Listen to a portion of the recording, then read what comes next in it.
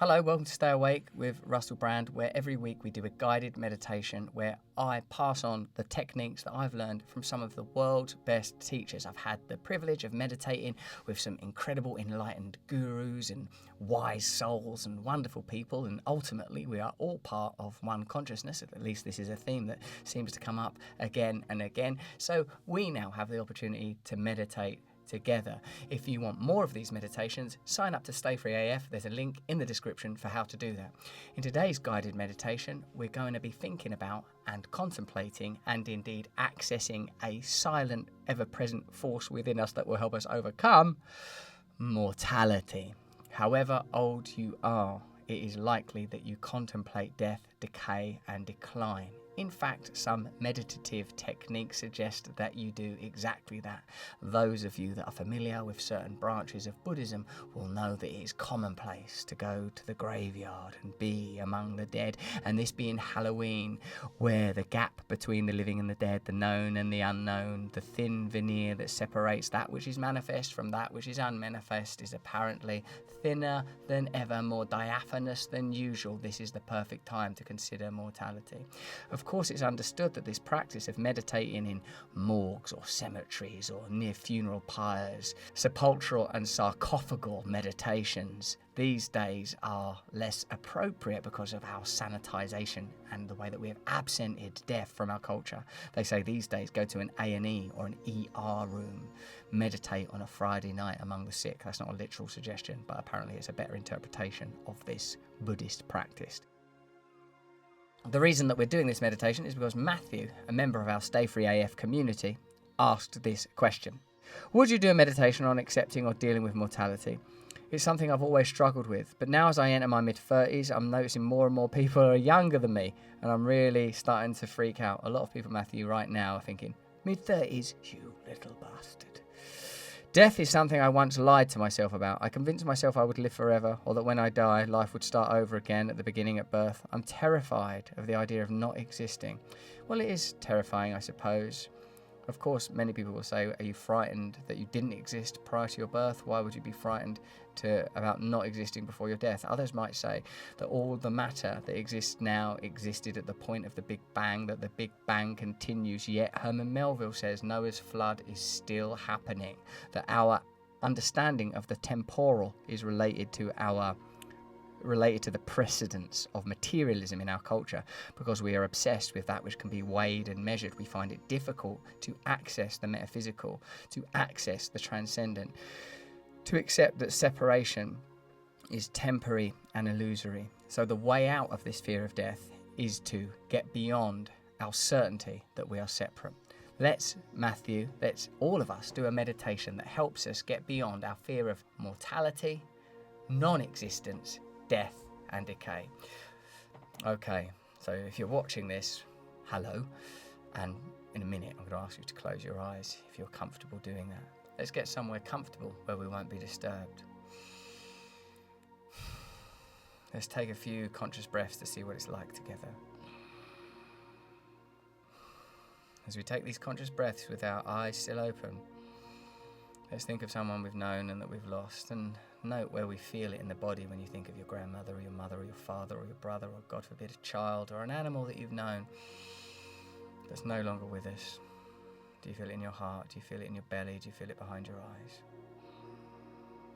Elongate the inhalation now, and if possible, breathe nasally. If you can't breathe nasally through your nose, it ain't a big deal, just breathe through your mouth.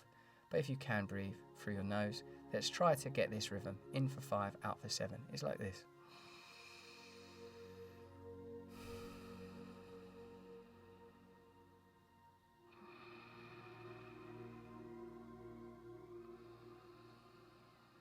When it feels natural to do so, gently close your eyes.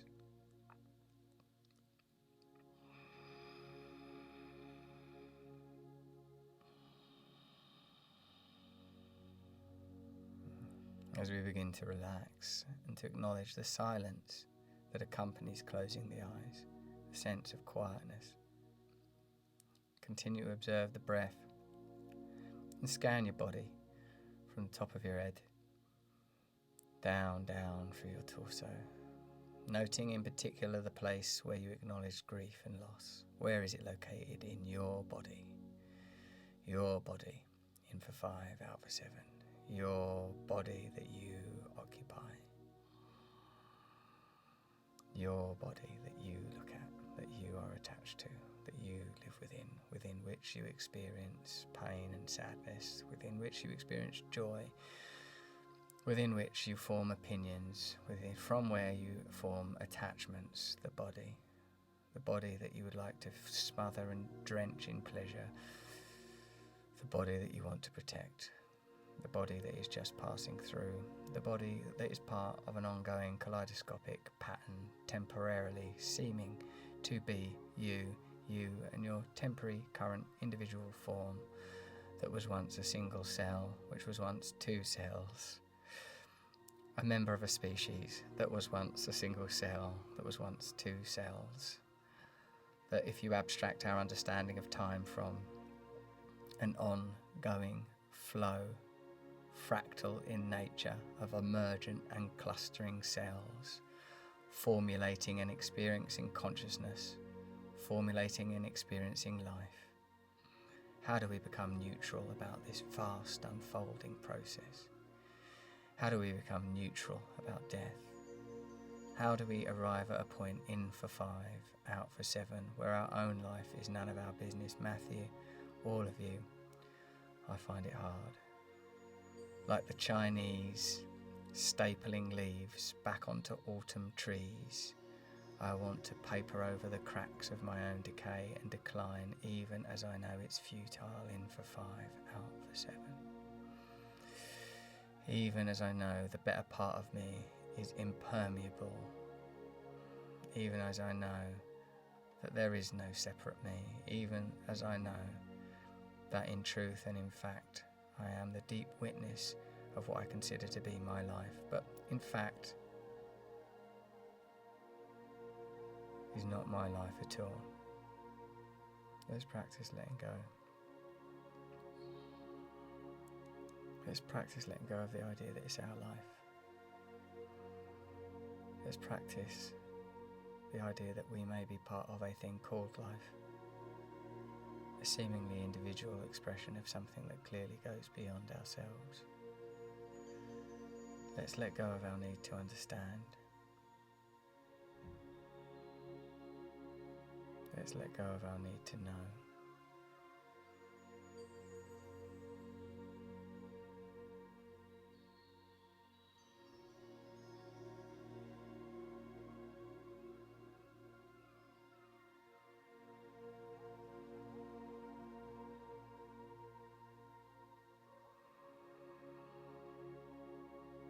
In for 5, out for 7.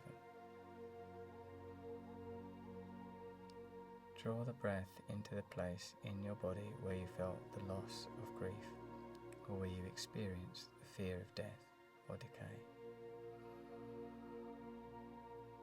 I feel it in my heart. So I'm going to focus my inhalation into the heart. And I'm going to feel the energy or force or presence of my heart there at the centre of my chest. I'm not talking about the anatomical heart, rather the heart of my being, the centre of my chest, the heart of the matter, the heart of the problem, a hearty meal, the heart, the centre of being, the emotional centre of my being. As I inhale, I envisage this place that is often envisaged as an emanating green light, being nourished. As I exhale, I'm going to envisage pain, fear, attachment leaving. Let's do 10 breaths together. In for 5, out for 7.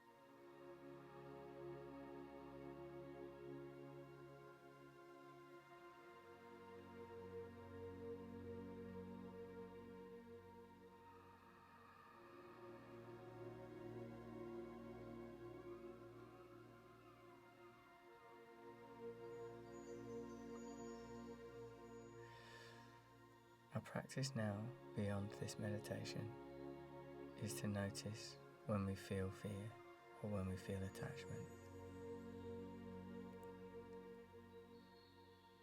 And to let go of our plans. And to know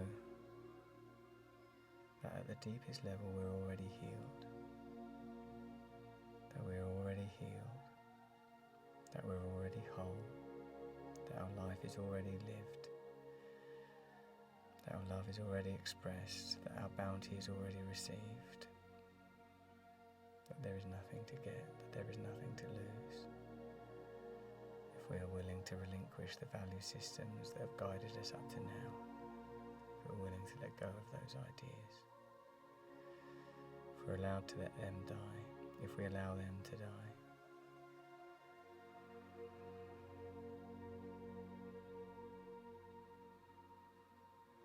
feel a deep ease and wholeness.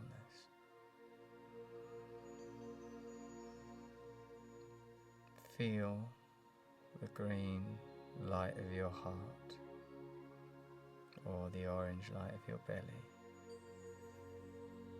or the white light behind your eyes subsume you entirely, hold you absolutely, cleanse you completely. Recognize that you, as you understand you, cannot die, because you, as you understand you, was never there. Understand that you are free. And while we may not be able to conquer the laws of physics, we may be able to locate a place deep and beyond ourselves, deep within and way beyond ourselves, that is exempted from those laws.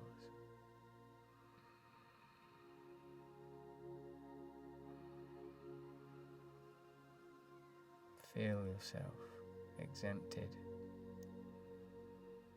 Feel yourself free. 5 more breaths.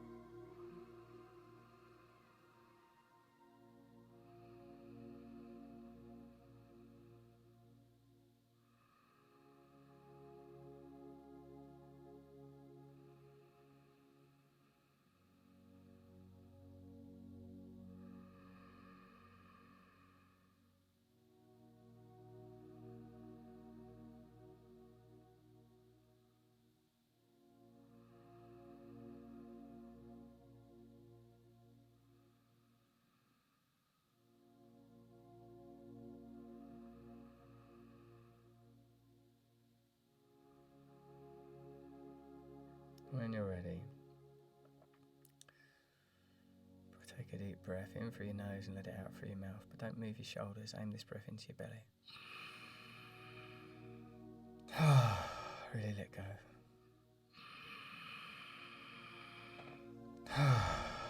Vocalise it a bit if you want, if it's not embarrassing.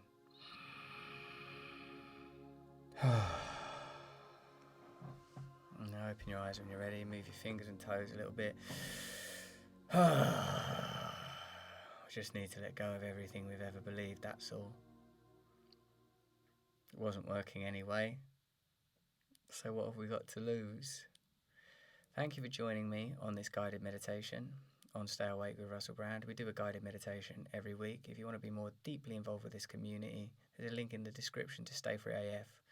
We do a live show every day, 5 days a week, over on Rumble, and we create all sorts of content where we are concerned with truth, where we are concerned with a continuum that exists between your awakening, my awakening, and social awakening, and our ability to imagine and create new realities together, which, don't seem like too much to ask. I hope that you have a beautiful day. Let me know what meditations you'd like to see me do in the comments below or in the chat, and I'll do my best to get back to all of you. See you in the limitless, unbound oneness within which we are all participants. Stay free.